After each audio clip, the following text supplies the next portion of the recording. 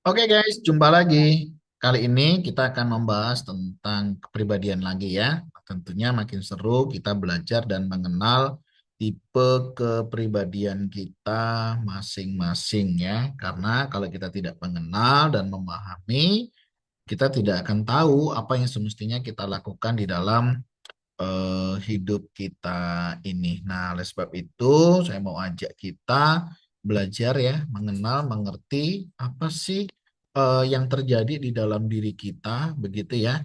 Misalnya kita mengalami kurang kasih sayang ya di masa kecil, di mana orang yang kurang kasih sayang di masa kecil biasanya ya ini memiliki beberapa kebiasaan ketika dewasa. Masa kecil adalah fase penting ya yang membentuk kepribadian seseorang. Ketika seorang anak tumbuh tanpa kasih sayang yang cukup, dampaknya bisa terasa hingga dewasa. Orang yang kurang kasih sayang di masa kecil sering membawa luka batin ini ke dalam kehidupan dewasanya. Bahkan tanpa disadari, pengalaman di masa lalu ini seringkali memunculkan kebiasaan tertentu yang membedakan mereka dari orang-orang yang memiliki pengalaman masa kecil yang lebih bahagia. Beberapa kebiasaan yang sering terlihat pada orang yang kurang kasih sayang ketika dewasa. Yang pertama, sangat mandiri. Orang yang kurang kasih sayang biasanya tumbuh menjadi sosok yang mandiri. Mereka terbiasa mengandalkan diri sendiri, di mana sejak kecil ya, karena tidak terbiasa bergantung kepada orang lain. Ketika dewasa, kebiasaan ini kian kuat. Mereka mungkin enggan meminta bantuan dan lebih memilih menyelesaikan masalahnya sendiri. Mandiri adalah kualitas positif, tetapi bisa menjadi pedang bermata dua saat mereka merasa kesulitan mengakui bahwa mereka butuh dukungan orang lain. Dalam karir tentu akan memberi pengaruh ya, dia akan mengerjakan segala sesuatunya sendiri tanpa mempedulikan orang lain. Atau misalnya ketika nanti dalam pernikahan ya, bisa memberi dampak yang berbeda. Biasanya karena sudah terbiasa mandiri ya, ada tidak ada pasangan bagi dia tidak ada masalah selama dia masih bisa mengerjakannya sendiri. Walaupun di dalam dirinya ada kerapuhan.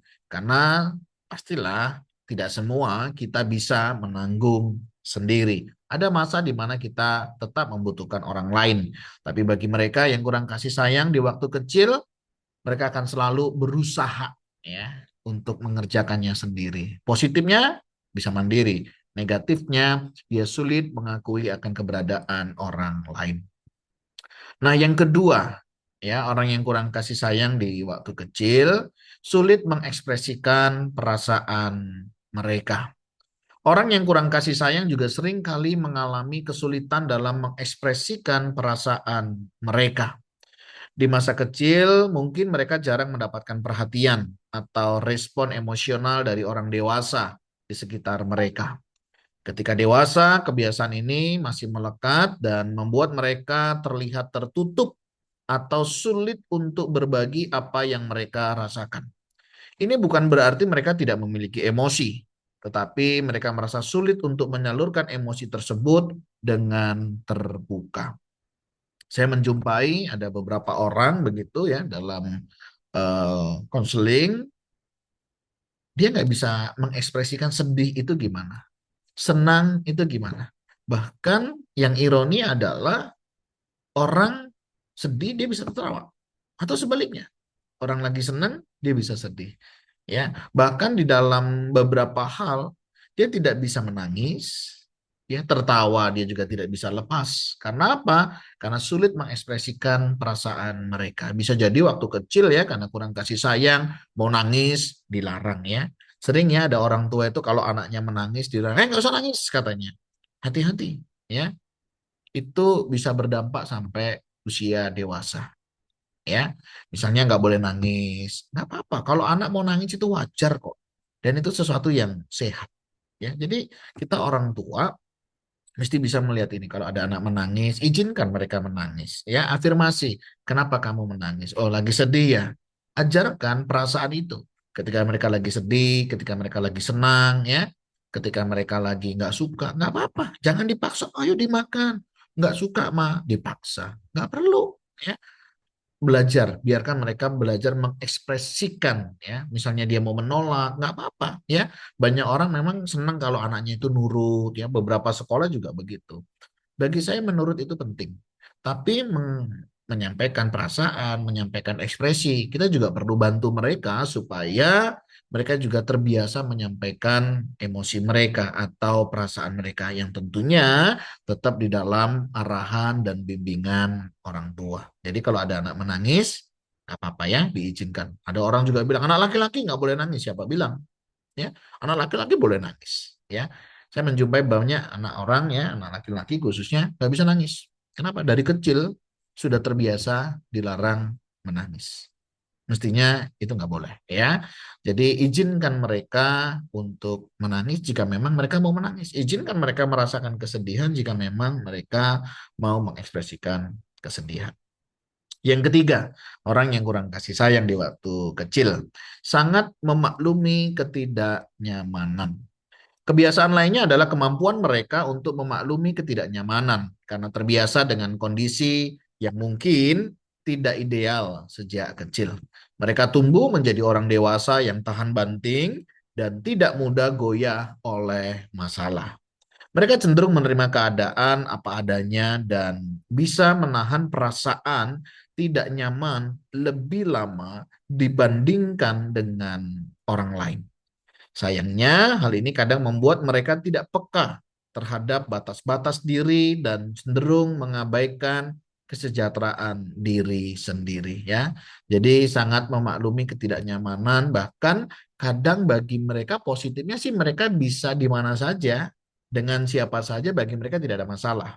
Nah, cuman ketika mereka sudah ada keluarga, ada pasangan, nah kadang ini terbawa ya. Wah, dulu papa juga lebih sulit dari sini kok. Kamu mestinya lebih bisa. Nah, padahal zaman dan waktu kan terus berubah.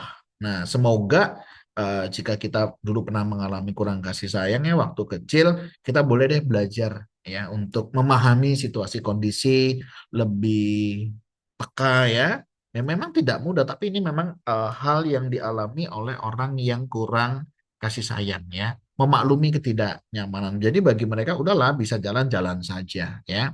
Nah, yang keempat, keempat ini memang banyak juga menjadi dampak ya orang yang kurang kasih sayang di waktu kecil, yaitu dampaknya adalah trust issue ya. Salah satu dampak besar dari kurangnya kasih sayang adalah munculnya masalah kepercayaan atau yang sering disebut dengan trust issue ya. Mereka cenderung sulit ya percaya pada orang lain dan selalu merasa was-was terhadap niat orang di sekitarnya. Ya, jadi tingkat kewaspadaannya itu lebih tinggi ya. Nah, hal ini berakar dari perasaan tidak aman yang mereka rasakan sejak kecil. Sehingga ketika dewasa, trust issue ini bisa membuat mereka kesulitan membangun hubungan yang sehat karena ada dinding yang selalu mereka bangun untuk melindungi diri. Gak bisa dipungkiri memang ketika krisis kepercayaan ini ada, ya. Bayangkan orang tidak pernah dapat kasih sayang ketika nanti ya biasanya misalnya dalam pacaran begitu ya atau mereka dalam pernikahan, sulit rasanya dia akan mudah percaya dengan pasangan. Dia akan selalu muncul perasaan curiga, ya, perasaan nanti ada apa, dia mau apa, ya karena itu memang pola yang selama ini dia terima begitu. Jadi kita misalnya menjadi pasangan orang yang mungkin pada saat kecil dia kurang kasih sayang, nah mestinya kita bisa menolongnya dengan kita belajar menerima, memahami orang tersebut dengan berbagai situasi kondisi yang ada. Jangan kita menekan mereka, jangan kita terus membuat mereka justru malah merasa dirinya terancam dengan keberadaan kita. Jadi bangun kepercayaan kepada orang-orang yang mengalami hal ini sehingga mereka nanti bisa mengalami pemulihan, ya. Paling tidak dia bisa menjadi lebih baik, bisa mulai belajar kepada lingkungan, belajar percaya pada orang-orang di sekitar, dan juga paling tidak dia bisa percaya kepada dirinya, ya. Kepercayaan dirinya juga bisa muncul. Nah, ini yang perlu kita bangun, ya, dengan pujian-pujian yang positif akan bisa dan menolong mereka. Oke, sebelum kita lanjut kita minum. 5, ya.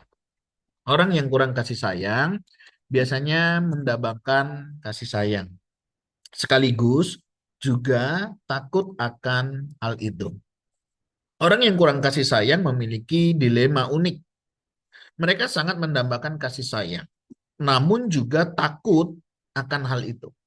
Mereka ingin merasa dicintai dan dihargai, tetapi ada rasa takut akan penolakan atau kehilangan yang menghantui mereka. Perasaan ini bisa membuat mereka bersikap ambigu dalam hubungan. Kadang terlihat tertarik, bahkan peduli, namun di saat yang sama terlihat menahan diri.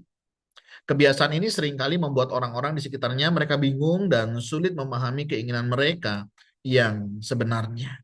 Jadi kadang mereka juga nggak ngerti. Satu sisi mereka itu pengen dicintai, ya, dihargai, disayangi. Tapi di sisi yang lain, ya, mereka juga takut. Ada rasa takut kehilangan, takut berpikir ini sampai kapan, begitu ya. Jadi ini memang menjadi sebuah dilema di dalam dirinya sendiri. Jadi kadang mereka juga bingung. Aku tuh pengen disayangi, dicintai, tapi aku juga takut nanti kalau aku sudah kadung cinta, kadung sayang, begitu ya, aku akan kehilangan oleh orang-orang yang aku sayangi. Nah, bagaimana kita menolong mereka dalam hal ini? Berikan kasih sayang yang tulus. Ya, tentunya ketika berjanji ya harus ditepati. Ya. Biasanya mereka akan lebih peka ya dengan hal-hal demikian, misalnya diberikan janji sesuatu. Dan ketika kita tidak menempati, wah itu bisa membuat dirinya terluka, membuat dirinya merasa tidak dicintai, tidak disayangi. Kadang permintaan mereka itu hal-hal yang kecil, hal-hal yang sederhana, tapi itu sebenarnya berarti banget buat dirinya. Nah, cara kita menolong ya berikan kasih sayang yang tulus, ya, bukan yang bulus ya. Karena mengharapkan sesuatu, maka kita lakukan sesuatu tidak. Tapi berikan kasih sayang yang tulus dengan hati yang terbuka, dengan hati yang penuh cinta dan kasih sayang. Nah, itu yang kelima. Nah, yang keenam, sangat peduli pada orang lain. Di sisi yang lain, sebenarnya orang yang kurang kasih sayang, mereka adalah orang yang peduli. Meskipun terlihat mandiri dan memiliki trust issue, orang yang kurang kasih sayang sering kali menjadi sosok yang sangat peduli pada orang lain.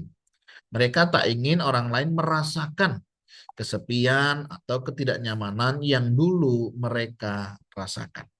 Sikap empati ini membuat mereka peka ya terhadap perasaan orang lain dan selalu siap membantu.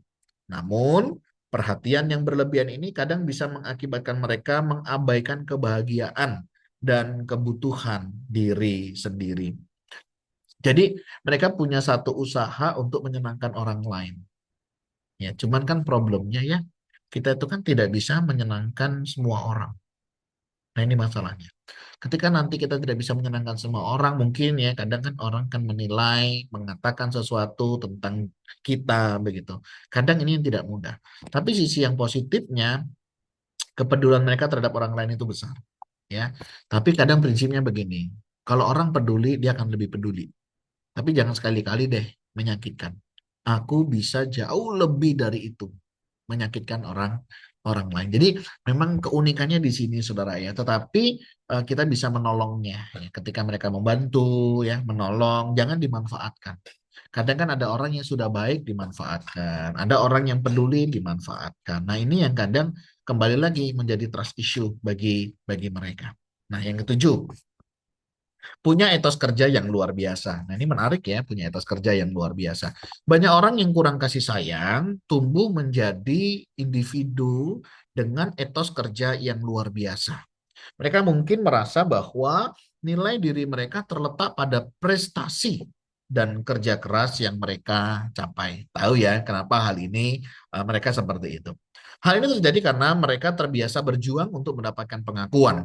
Ketika dewasa, mereka menjadi pekerja keras yang gigih dan tangguh. Namun, terkadang mereka cenderung memforsir diri hingga lupa untuk beristirahat atau menikmati hidup. Jadi ini perlu menjadi kewaspadaan. Satu sisi punya etos kerja yang baik, itu bagus.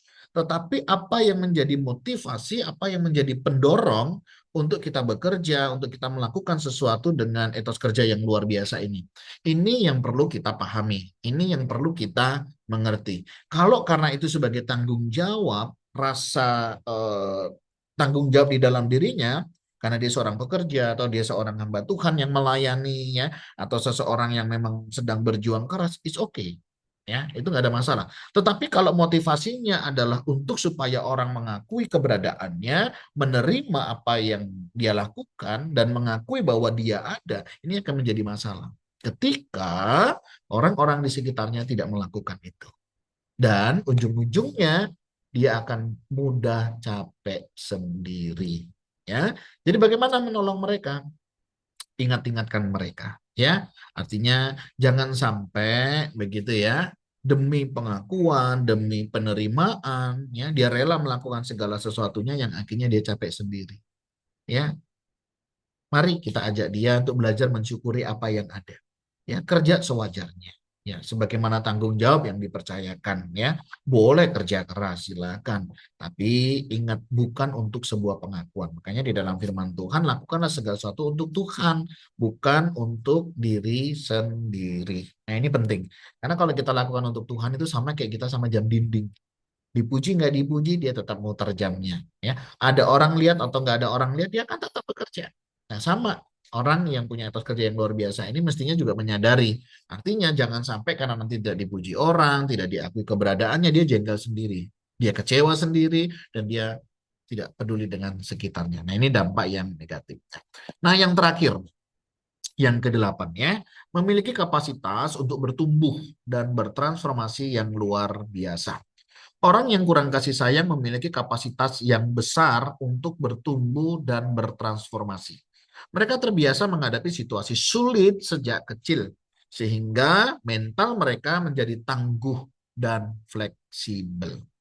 Mereka seringkali mencari cara untuk memperbaiki diri dan berusaha menjadi pribadi yang lebih baik. Rasa haus akan perubahan ini membuat mereka bisa berkembang secara luar biasa, bahkan lebih baik dari mereka yang memiliki masa kecil yang nyaman. Itulah beberapa kebiasaan yang pada umumnya dimiliki orang yang kurang kasih sayang ketika mereka dewasa. Meski memiliki sejumlah tantangan emosional, pengalaman hidup ini justru sering kali membuat mereka lebih kuat, mandiri, dan berempati. Ya, jadi satu sisi ada positifnya, satu sisi ada negatifnya. Yang positifnya, ayo kita kembangkan terus ya buat teman-teman. Kita nggak bisa kan memperbaiki generasi di atas kita. Semestinya dulu orang tua saya begini-begini ya. Kita kan juga nggak bisa ya minta dilahirkan di keluarga siapa, yang bagaimana dan seperti apa. Ya, apa yang terjadi ya, nasi sudah menjadi bubur, tapi mari kita buat bubur yang enak. Ya, buat teman-teman, buat sahabat semua yang sudah mulai mengerti, pernah mengalami bagaimana kurangnya kasih sayang dari orang tua pada masa kecil atau bahkan mungkin kehilangan orang tua sejak kecil, ya, mari kita perbaiki. Yang positif kita kembangkan. Yang negatif, mari kita mulai tata dan kita perbaiki. Memang tidak bisa berubah, tetapi paling tidak bisa menjadi lebih baik. Nah, hal ini menunjukkan bahwa meskipun luka masa kecil tidak mudah dilupakan, orang yang kurang kasih sayang tetap memiliki kapasitas besar untuk bertumbuh dan menjalani kehidupan dengan cara yang unik. Dengan pemahaman yang baik terhadap diri sendiri, mereka dapat mengubah kebiasaan ini menjadi kekuatan yang bermanfaat bagi diri sendiri dan orang lain yang ada di sekitar mereka. Jadi buat teman-teman ya, apapun itu, baik kita yang kurang kasih sayang mungkin ya, bukan berarti kita selesai, tidak. Kita masih bisa menggunakan nilai-nilai positif yang ada di dalam diri kita, terus kita kembangkan ya.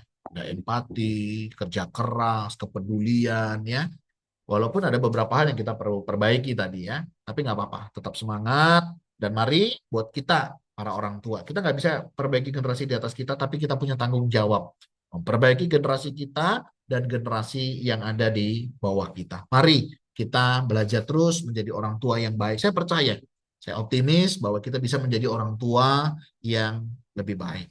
Buat anak-anak atau kita yang pernah mengalami kurangnya kasih sayang dari orang tua tidak menjadi alasan untuk kita tidak bisa menjadi lebih baik ya. Kita bisa menjadi lebih baik. Lihat nilai-nilai positif, hal-hal yang negatif mari kita perbaiki sehingga semuanya akan menjadi lebih baik.